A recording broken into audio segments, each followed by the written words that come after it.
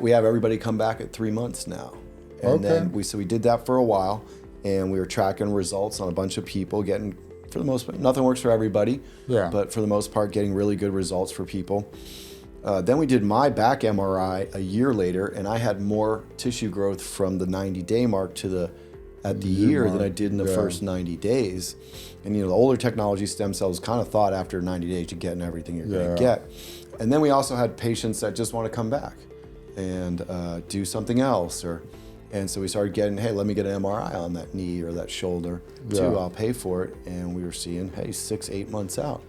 So we started a new program now where I bring everybody back at 90 days, and I'm bringing them back at a year to track all of that data as well. And we're showing that the stem cells are living and growing tissue that long. Forrest Griffin, welcome back.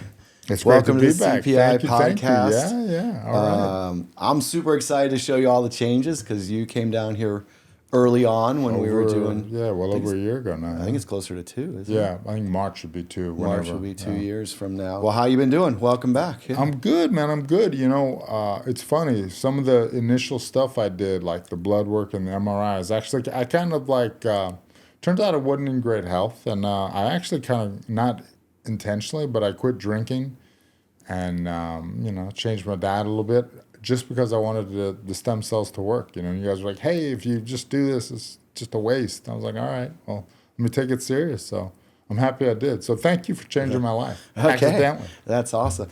That's actually a common thing, so we do full blood panels on all of the patients that come down here. Like, whoa. And it's funny, too, you don't think, at least I didn't think, I'm going to be a little prejudiced here, but I didn't think I'll go to Mexico City, Tijuana, I'll do a relatively cheap blood work, and it's better than the one I get back home, and cheaper. So it's like, oh, okay. Well, it's we do a full blood panel like we would do on the cancer patients. Yes. So since, everything we do for the cancer patients has to be top notch. Yeah, makes sense. And then we just pass all of that stuff down to the stem cell patients. And not a week goes by that there aren't 2 or 3 people that we find some issues with that they didn't know about, and it gives them a chance to, correct it. The doctors will meet with them. Sometimes they'll prescribe some stuff. Oftentimes it's just suggesting some supplementation and things like that. And it's a great catch. That's kind of what it did. Well, that's not kind of what it did for me. That's what it did for me. I was like, oh, wow. So I can't drink half a bottle of red wine every night and still have good numbers. So, your liver numbers are pretty garbage. I was like, oh well. Well, stem cells are good for the liver. There we go. Ed Clay would argue with you about that half a bottle of red wine. The liver regenerates, though. It does. So. It does, yeah. So it's good. We have some new testing coming down that starts with the cancer patients. We're going to be able to sequence the DNA of the tumor, biopsy of the tumor, to help use AI to find the best possible attack, medications and treatments for that. But also, we'll be able to do that for our stem cell patients, and they'll get some really cool information. If you have kids, wouldn't it be great to know which diseases your kids might, you might pass along? So I don't want to call it defect, but the genetics behind that. We will also be able to give our patients their entire pharmacogenomics and nutrigenomics. So, you hear people say, oh, I'm on an anti-inflammatory diet. Well, if you're not checking your markers, how do you know it's really anti-inflammatory? You'll be able to see which type of medications might harm your DNA, which supplements, which foods. I was on, the first time I came, 3 weeks, 4 weeks before, I was on the pro-inflammatory diet, the inflammatory diet. I get on that one down here in Mexico too, The food's so good down here. It's hard not to be, man. There's healthy back food in the too, gym. There's healthy food too. Yeah. Hopefully, we're opening up a performance institute in Mexico City, and that's one of the things, it's kind of, if you want to help, it sounds dumb, but if you want to help some Mexican fighters, weight class fit and calorie intake is a good place to start. So. Absolutely, yeah. I'm open to helping any Mexican fighters too, So if you know some guys that need some stem cells or testing or anything like that. Yeah, well, you got one of the best, local gyms, Entrum. It's one of the best gyms in Mexico locally. So. Yeah, that's crazy how many even here in Plies, we got 2 jiu-jitsu schools now. I drop that's in every once in a Well, while. you know, teach it's a little like class. it's contagious. It San is. Diego is like so much jujitsu. It just it just got comes. it just It came just right passes across. over. They're Yeah. like, look at how cheap the rent is here. You know, now And you these get, local like- guys are tough. And you get like second, third, you know, generation black belts now, and you're like, man, you know, I remember when there were like 10 black belts in all of Mexico. Yeah. You know, literally. That's crazy. I remember when there wasn't 10 black belts in America. Yeah. I remember when you see a purple belt and you're like, oh, it's a purple belt. Yeah, I remember when you see a black belt and you're like, is it real? Yeah. Yeah. There's plenty of those. Did he get you on get the plane? airplane black Did belt? he get on the plane in Brazil with the purple belt? Get down here, and all of a sudden, his belt turned black. Yeah, you know, it's that high altitude. It changes Yeah, the color. yeah. On You know, it. it's funny. I tell you, it's sadder still. I still got smoked by some of those guys. Yeah. So I was like, well, I hope they're black belts. Right? Yeah, they seem like black belt. Although now, man, you see some of these blue belt kids. I feel like they could smoke a black. I started 95. You know, like they could smoke some guys from 95 that were black for me, belts. it was 98, 99. We got our mess together in 99. Like we really knew what we were doing, and we had like, you know, a clue. So yeah, but who'd you first start training jiu-jitsu with? Well, so I started with Hardcore Gym, Adam Singer, and we were Adam, yeah, he's my buddy. Yeah, we were under. I mean, he's a legit black belt. Oh yeah, legit for as they years. come. Oh yeah, for years. And the thing about Adam and Roy is they're still doing jiu-jitsu every day with their students. They're still rolling every day, a couple hours a day. That's how they make their living. And we started. Matt Thornton was our guy. Matt, yeah, he's our great And then guy. I think Chris Howder and Howder's there's a old whole school as like they come. lineage of guys from that Straight Blast gym, and that's where we started getting our belts from until I moved out to Vegas. Yeah. So I never competed in a gi after purple belt. I know you did all the gi competitions, but no. Gi and no gi. I just never fought MMA. So I came from the generation where it was on an Indian casino and people were getting 200, for $500, and then $200, that's not bad. That's more than I got from that's what I got to fight Dan Severn. So oh my God, $200 it is. Well, I had a good paying job. I'm like, Yeah. yo, like I seen one of my teammates get his entire face smashed in for $500, and he won the fight. So Yeah. I'm like, I don't need $500. That's okay. But it was still a Gracie Challenge era. So we got to fight people that came up randos off of the street. That was people don't remember that, but I was the tail end of it, and I remember, of course, the Gracie in action videos. Of course. It's crazy. Like an anaconda. Orion's narration, epic. If you haven't seen Gracie in action 1 and 2. They're worth checking it out. They got to be on YouTube or something at this point. They got to be. Right? Choke's on YouTube Choke now. was, So that was like awesome. that was like life changing for us when we saw that, and we didn't even see it we saw it maybe 2 or 3 years after it came out. Mm-hmm. It's like it was hard to get a video of it. Yeah, it was. Yeah. We used to go to the Japanese, like the Asian video rental places because they would always have everything before you could get it anywhere else. You get your VHS tape. And they didn't have any English commentary. But Valley Tudo, Japan. And then we always used to get shipped over. Remember the Sao Paulo Valley Tudo? Yeah. With like Macaco and Pele and like real Valley Tudo. I mean, I remember, I remember seeing the Pele and Chuck Liddell fight. Yep, sure. With the net. Mm-hmm. The bottom rope had a net to keep you in. Away. That was the best. Yeah. And the worst, I mean. Mm-hmm. I remember it was one of those Valley Tudo fights where the guy had bit his tongue. And, down there, they just let it go, And the corner, the blood all over the mat. And the corner throws in the towel. And the referee picks the towel up, wipes all the blood off his face and his hands, and then stops the fight. Oh, wow. The guy was just kidding. I don't remember who fought, but it was... it's good that things have changed. Yeah, for sure. But that was also like... it was real. Yeah, that's a good segue into, like what we're doing here, the next generation. Talk about all these new tests coming up, what we're trying to do with the Performance Institute, Science is coming, man. AI is coming. All these things are coming. You better just get on board, start moving with it and I have to sometimes change my thinking. Yeah. I go into work and people say this and that, and you're like, okay, this is the way things are. Move forward, Yeah. You So, don't so know. what is your role now at the UFC? I know So you've moved around, yeah, well, I'm at the Performance right? Institute, and if you think about it, like the athlete side of the house, that's kind of what I run. So I help with the academies. You know, we have an academy in Shanghai, and then I'll get to lead on the academy, the build out of the academy for Mexico City. So in That's the awesome. academy, when I say that like you know what I'm talking about. It's a developmental program, right? So it's like, you know, I want guys and gals maybe a year, 2 or 3, and you know we tier them and where we think they are before contender. And then Hmm. I want to start, like I was talking about the nutrition earlier. I want to start getting them on the right diets and the right training plans and have them understand things like training load. And if you think about that, okay, we bring in, you know, 30, 20 to 30, we'll keep probably 20 athletes a year, maybe 30 if we can expand, right? And then not all of them are going to make it. A lot of them will go on to be coaches. And we're actually getting this right now where some of the original like first come up Mexican fighters hopefully will be coaches for the academy at the PI. So, you know, if you think about it, it's a knowledge share, right? So we're trying to, you know, figure out the best way to train for the sport of MMA and then disseminate that. And now, so what's different than when we started, you know, 7 years ago?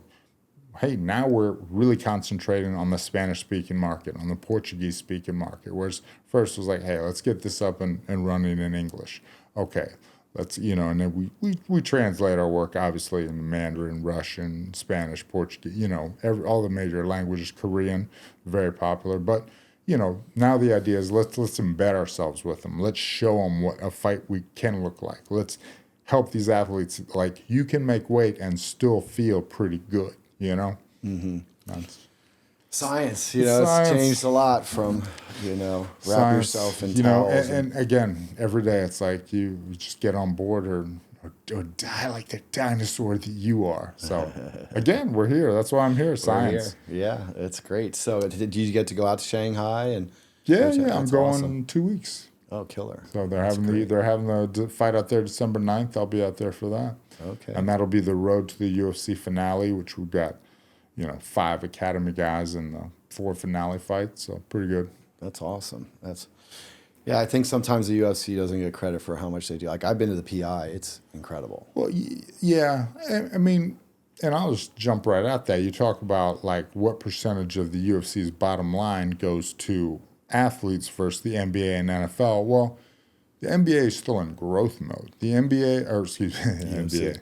The NBA is not in growth. Maybe they are too, but the UFC is still in growth mode, right? So the UFC still got to build new academies.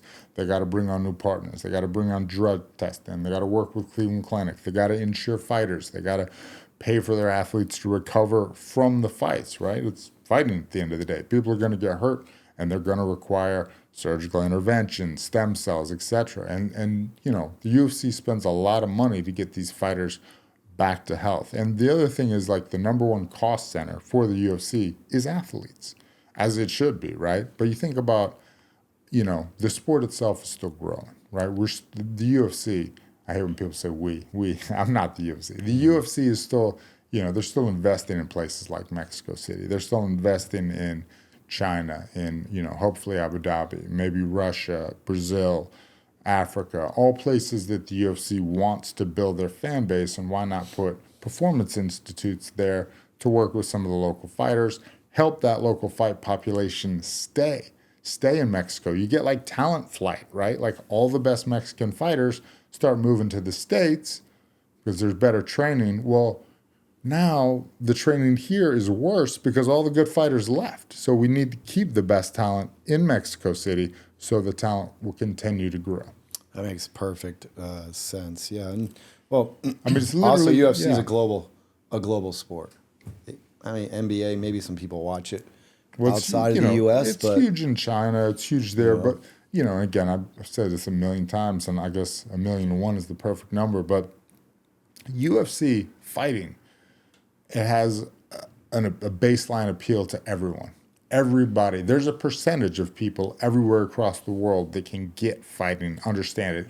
Every culture in the world has some, you know, some type of fighting competition, right? It's the epitome of human competition is fighting. It was literally the first sport in the Greek Olympics. And again, I'm very realistic. There's a saturation point, right? Like about 35% of Americans are going to like fighting. You know, my mom, now that I don't fight anymore, she could care less to watch fighting, doesn't want to see it, you know. Not everybody's going to like fighting, but I guarantee you a lot more people haven't been exposed to it than have. And that's what the UFC has going for it as far as the major sport that's growing the fastest is just exposure. You know, these people in certain countries, it's not part of the culture. They've never seen it. They've never had an athlete that represented them with their flag that looked like them win a championship. And when you do that, it becomes huge. Like, you know, you think about, I mean, the greatest example is obviously George St. Pierre in Canada. And now Canada is just as popular, MMA is just as popular in Canada as it is in the States. Yeah, that's a good point, you know, and even your mom could understand who won a fight. Yeah, that's right. Yeah. Hey, I knew that the UFC was going to be all right when my mom's friend, and she was like, you know, late 40s at the time, called me to ask about the Randy Couture Chuck Liddell fight. Now, this is my mom friend. I've known her my whole life. We've never talked about fighting. I don't think she ever, this is maybe the second time in 10 years of knowing this woman that she ever called me on the phone. And she was, you know, I was like, I was in my 20s. I was like 28. I got a 47-year-old woman calling me asking about, now I'm like almost 47 myself. But at the time, you know, I got a 47-year, that Chuck Liddell, he looks scary. And that Randy's such a nice guy. He's just such an all of it. I was like, oh, man. I think the UFC is going to be all right. That's crossover appeal right there. Exactly. It's going to be all right. It's going to be all right. That's awesome. Yeah, I mean, what the UFC has done is nothing short of incredible. You know, 30 having years been at the very, very beginning of the UFCs, I was at the first Fertitta fight in Jersey, and just watching it blow up has been just amazing. You know? 2001, like when they didn't make the rules of the UFC till 2000, first time they used them in 2001. That what they call the unified rules? The unified rules, 2001, they were actually used. Yeah. That's crazy. Yeah, that's not that far away. That wasn't that long ago. No. Really? I mean, you know, compared to other sports, right? Sure. It's in its infancy, you know. And there wasn't true money in the sport, I'd say, till 2005 or 6. Yeah. That's when guys could make $1 million a year fighting. Right. And that's not one fight, though. No. That's a couple fights. No, yeah. Maybe 3 fights a year. Well, you get what was $1 million. Ultimate Fighter? 200K? Wasn't that what the prize? Well, it started at 50K. It started at 50. The first one was 50K. Yeah. Oh, wow. Okay. I remember Nate telling me it was like 200K. That was 93, though. Right. You know, Yeah, maybe with inflation, unfortunately, it would be probably more. Still can't afford much though. With that, man, that is good time. I've been to a lot of UFCs, man. It's been really cool. You know, even like the Tito era when he had his blow up and kind of pulled the sport up to Conor, to everybody. And now we got UFC 300s right around the corner. When it's telling me it's going to be in March, April. Something like that, yeah. It's got to be. That's awesome, man. Super cool. Trip down memory road there. Yeah.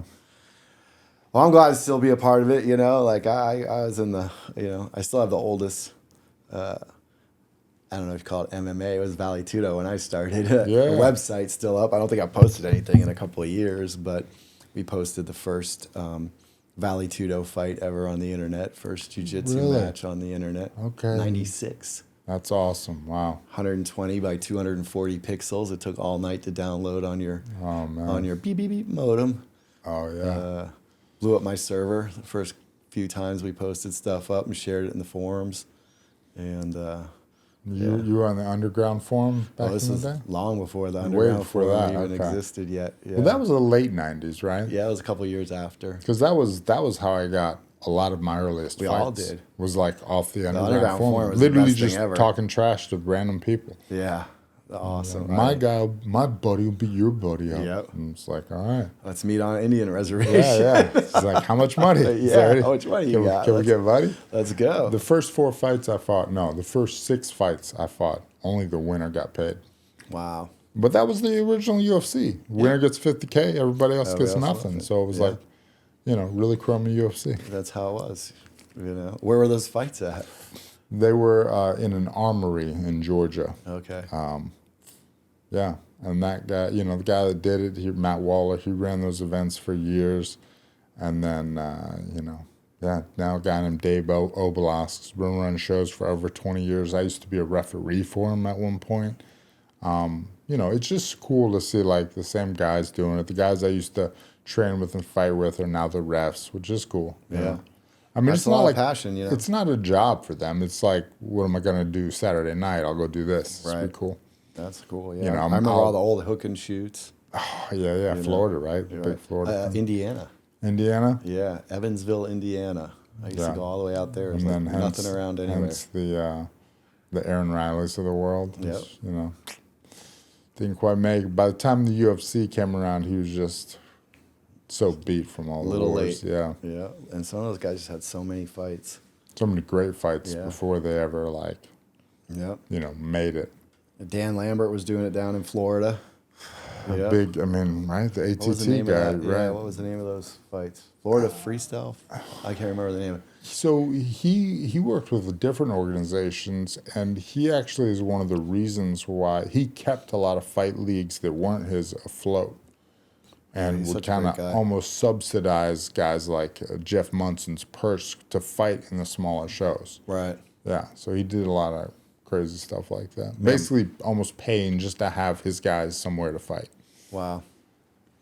Yeah, Dan's a great guy. I think his gym's doing really, really well now. Yeah, it's huge. Oh, we had Thiago out here and Yeah. Alex Davis recently, and Yeah. they're all crushing. All those guys. So, yeah. I mean, he had like an entire condo complex. It was like a dormitory for fighters. Yeah. When I used to go down there too, and we had Kip Kolar down here. He's been doing his Yeah. fights, still going, still doing his. So it's alive. It's coming. Some of the same guys are still just grinding it out, building fighters, giving Yeah. opportunities, not making a lot of money. Nope. Yeah. It's coming. It's Well, unfortunate. for but- those, I think for those local promoters, it's got to be passion. Like you're not gonna make a Yeah. lot of Oh, money. yeah, yeah. doing Like I'm local talking shows. about, You just love to see fights. That's yeah. it, and help. and the just, guys. hopefully you get a guy or a gal that makes it to the big and say, yeah, it's far from me. Yeah, Start far from from me. Oh, Ronda Rousey? Yeah.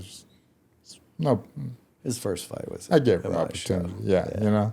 That's cool. Super Yeah. cool. Good. Well, man. So how's the shoulders? The shoulder's okay. So this one, we didn't think it would do anything. We Yeah. tried. It didn't do anything. Yeah. This one was pretty good. Still pretty good. I did actually end up, I kind of heard it like, 13, gonna 14 months happen. later, like a new Yeah. injury. And the knee was good, was great for a while. And then it kind of just, it kind of went back to the way it was, you know? There wasn't, with the shoulder, I had one specific injury where literally a guy just twisted me silly, like after I'd already said tap. I got Forrest. I'm like, what the hell? Yeah, I mean, you had me. Trust me. If Yeah. we roll, I'm like, just tap. Yeah. Tap. Just, I get out of the way. You've tapped to me. Like I'm just trying, I'm just playing. I'm just trying to like get my heart rate up and not die and maintain some sort of flexibility. The competitive, I turn the competitive side completely off. Yeah, so. Yeah. Well, I'm excited for you to try the chondrocytes. We didn't have the cartilage cells I'm excited. last yeah. time they were down here. And I think we got your MRIs laying around so we can get a look at Well, them. I'll get some new MRIs You're gonna later get some today. new ones so Again, we can compare them, and that's see how it's something I'll going. say too. Is I took the MRIs back to the PT team, the sports medicine team in Vegas at the PI, and they're like, "These are really good." And I was like, "Yeah, it's fun. Shocking. They're better than the ones you could just go down to the local, And it's like I don't want to, dog like medical in Vegas. It's good. There's good stuff there, but a lot of times, it's not made for professional athletes. Right. It's like, hey, you had a workman's comp, you had a fall at work, you were in a car accident. These are the people they work with on the day to day. Whereas a lot of the people that come through here, they're looking to compete again.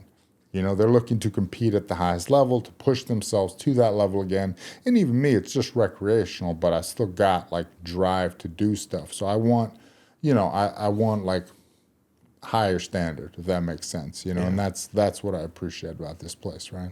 A lot of times people think because we're in TJ, things are going to be lower quality, but we have access to all the top equipment, all the our blood testing, our genetic testing, everything is the best you could get anywhere. You know, it's just the best machines that you could get. I wish the MRI machine was like the one model bigger, wider for a lot of people that come down here, but it's the exact same machine as if you go across the border, right over there to one of the big hospitals like Sharp or one of those, and same model, same thing. Everything's the same over there. We've now hired our own internal and interventional radiologists to do all of the readings and stuff, and we have the AI to do the computerized readings on them. Again, this is all really for cancer, but you have to have the best stuff for cancer. Yeah. But it's going to be the same guy that's got it. you know, checking everybody out. And you know, people always ask me like, well, when do the stem cells wear off? But it's just like, well, when you're going to grow brand new tissue, how long is it going to take for you to wear it away again? Is the real question, which is what's going to happen. And the one thing, you know, that anybody that does this, I would say, just listen, just clean your body up ahead of time. And I see guys, I talk to guys, and they're like, yeah, it helped a little. I was like, how long did you start working out? Oh, like a week. Yeah. Come on, man. Like, you just spent a lot of money, man. It takes 9 months to grow a baby. You think you're going to heal your whole thing in a week? Like, listen to him. It said, you guys said, don't do anything the first week. I said, really? Like, nothing?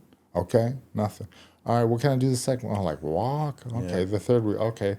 You know, you can't lift weights for like, you guys told me not to, like, with the shoulder, not to lift weights for a month. You know, I like lifting weights, but, you know, I like results better, now, right? We even push people out a little further. I encourage people to, like, give it a month. Everything light, you know, for a month. Let all the pain go away. Let all the stiffness go away. And then get physical therapy. Especially on shoulders. Like, a lot of people sleep on their shoulder. It gets pushed in, you know, and their chest muscles pulls it forward. And you got to get that physical therapy. I know at the PI, you got the best of the best physical therapists over there. I mean, I don't use it. They're busy with professional athletes. Yeah. You only need to go like once a week. They give you some rubber band exercises. Just make sure that you do it. I'm sure they take care of. They probably know who you are, so they probably help you out. You know, but yeah, you know, we're seeing that. You know, we have everybody come back at 3 months now, and then we did that for a while, and we were tracking results on a bunch of people, getting, for the most part, nothing works for everybody, but for the most part, getting really good results for people. Then we did my back MRI a year later, and I had more tissue growth from the 90-day mark at the year than I did in the first 90 days. And, you know, the older technology stem cells kind of thought after 90 days you're getting everything you're going to get. And then we also had patients that just want to come back and do something else. And so we started getting, hey, let me get an MRI on that knee or that shoulder too. I'll pay for it. And we were seeing, hey, 6-8 months out. So we started a new program now where I bring everybody back at 90 days, and I'm bringing them back at a year to track all of that data as well. And we're showing that the stem cells are living and growing tissue that long. So I really try to get people into the mindset of, hey, I get it. You want to get back on the mat. You want to go play golf. You want to do whatever, surf, whatever you're doing. I never want to play golf. I don't ever want to play golf, but we get a lot of golfers. And they're worse than fighters sometimes. It's just an overuse injury. You're doing the same thing with the same thing, like 4 hours a day. Swing, all that, you know. Probably bad golfer. My shoulder hurts. My neck hurts. Really? And I don't know. It's like you've been doing something. But I try to drive into them. I'm like, look, is it worth taking 3 months out of your life to be able to train 10 more years? You know, for sure. You have to get back that, you know, hey, you got a fight coming up or a competition and like you're going to make a bunch of money. I get it. Yeah. You know what I mean? But you're just a normal Joe. You know, you can't swing a club for 3 months in order to be able to play better for 10 more years. Like the last time some pro wrestlers were just coming, and I think they were just leaving. Like as one group, my group cycled in, they left, and you know, they're like, you know, it's good. I got like 14 days before I got to work. Good luck. You know, I mean, you could do it. It's going to eat the inflammation. You're going to feel better, but you're not going to get the tissue growth that you think you're going to get. And, you know, those wrestler guys, their schedule's crazier at MMA. I've got a whole new appreciation for them when I got to hang out and meet some of them. Same here. I used to think that stuff's fake. Well, it is fake. It is fake. It is 100% fake. The injuries are not. But it's like stuntmen. You're right. It's fake, we got a but lot it of still hurts. Yeah. We get a lot of I tell you, I got a stuntman story. Yeah. So my buddy Doug Crosby, you know, everybody knows he's a crazy guy, but he got me in like the best stunt school there is. Like it was like a 5-day thing, like introduction, and it's like 4 or 5 grand to do this course. So I'm up in New York, you know, I'm doing the course. Day 3, I quit. Oh, I said, man, I'd already retired from fighting. I said, man, honestly, I would rather just fight. Like to make my, I know I was like, you know, again, I was like 40, but you know, it's like maybe don't start being a step better 40, but a lot of my friends were, you know, Jay Hurons, Mike Piles, they're doing it. Yeah. And I was like, yeah, man, I'll do it. I like being in movies. It's fun. I got to be in some movies. It's fun. I like doing stunts, you know. I choreographed a couple fight scenes in my day that looked all right. And I go in the 3rd day, I'm like, nope, not for me, man. If I could physically do this, I would just fight. We're like slamming each other down on cardboard. I'm like, really? You're like, cardboard? Where's the crash pad? And they were like, oh, don't worry. Every time you get like $200 a time. I'm like, I don't know if it's worth it. I don't know if it's worth it. They got like, I don't know. But no. And then my manager managed wrestlers. And I've never liked wrestling. I always thought it was silly. It's dudes talking. You know, it's like screaming. It's like literally like a soap opera on steroids. I was like, what's going on here? And then I started watching what they actually do when they do the work. And I said, that is awesome. Okay, that dude, he just jumped 30 foot in the air onto like a mat that big and smashed another dude through the table. That's physically impressive. You know, and these guys are 260, 250, 260. They're trying to stay big on the road, it's hard to stay that big and muscular when you're traveling 3 times a week, and they're flying coach, and they're renting a car, they're renting themselves a car and driving to the venue and warming up and working out and driving, you know, they don't want to stay there and pay the hotel, so they drive the car back to the hotel and they fly out that, you know, or back to the airport and fly out that night. And I was like, okay. Yeah, I see. You guys deserve the money. I get it. I got it after hanging out with those guys too, and seeing a lot of their MRIs and stuff. Yeah. Like I got a whole new. I loved it when I was a kid until I found out it was fake, and I'm like, what, you know? So I gave up on it. But getting to know a bunch of those guys, a lot of those guys that come down here and gals, and they're tough, dude. And what they do is not easy. I wouldn't want to do that. Well, and, you know, now, like, having watched Slap, I think about, like, wait, I'm just going to lay here and let somebody jump from 15 foot in the air on me? I honestly think that I might, like, roll out of the way and just, like, really hurt them. And apparently that's when you really get hurt, is when, you know, your partner doesn't let you land right or something, you know? So I would just be like, I would just move out of the way every time. I wouldn't instinctively be able to stop and be like, oh, my God, no. Slap's another one, too, man. I can't watch that much. Like, when the guys are like, It's like, so, yeah. I mean, I'm a weird one. So for me, it was always like joints breaking. Yeah, that's the one that gets you. So that was always what got me. Not even just like the big leg Frank breaks. Mir gets a hold of your arm. Yeah, you know, pop, like shoulders going the wrong way, or guys like looking down confused and their legs in an L, and because I know like that's a year of your life gone. Yeah.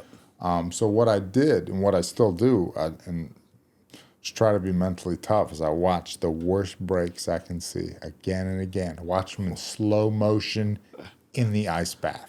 Oh, so I'll sit in the ice bath and just watch 50 speed, you know, 0.5 speed, just watch ligaments just go. Watch the guy scream and writhe in pain and just watch it again and again till, you know, you know.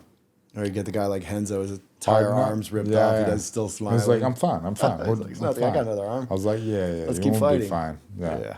We'll see when you can't wipe your butt for a month. Yeah, right. Oh, that's a funny story. Yeah, I brush my teeth and wipe my ass with my left hand now. Yeah. I mean, I'm right-handed, but like, it's not a big fan of that anymore. Yeah. So. It's good. That's the thing. You blow your shoulder out, you get to use your other hand. Yeah. It's coordination. It's adaptability, exactly, right? The most successful people are adaptable. Like water, or like you know, cardboard that I'm just ripping, whatever. Wet cardboard. Yeah, exactly. Well, that's awesome. Forrest, thanks for coming back down again. I'm excited, man. Let's go get you some stem cells. See how these cartilage cells work for you. All right. I'm going to tell them to load you up with extras. Make sure you get enough. Yes, can't have too much. All right. Appreciate it. Brother. Thank you. Yeah.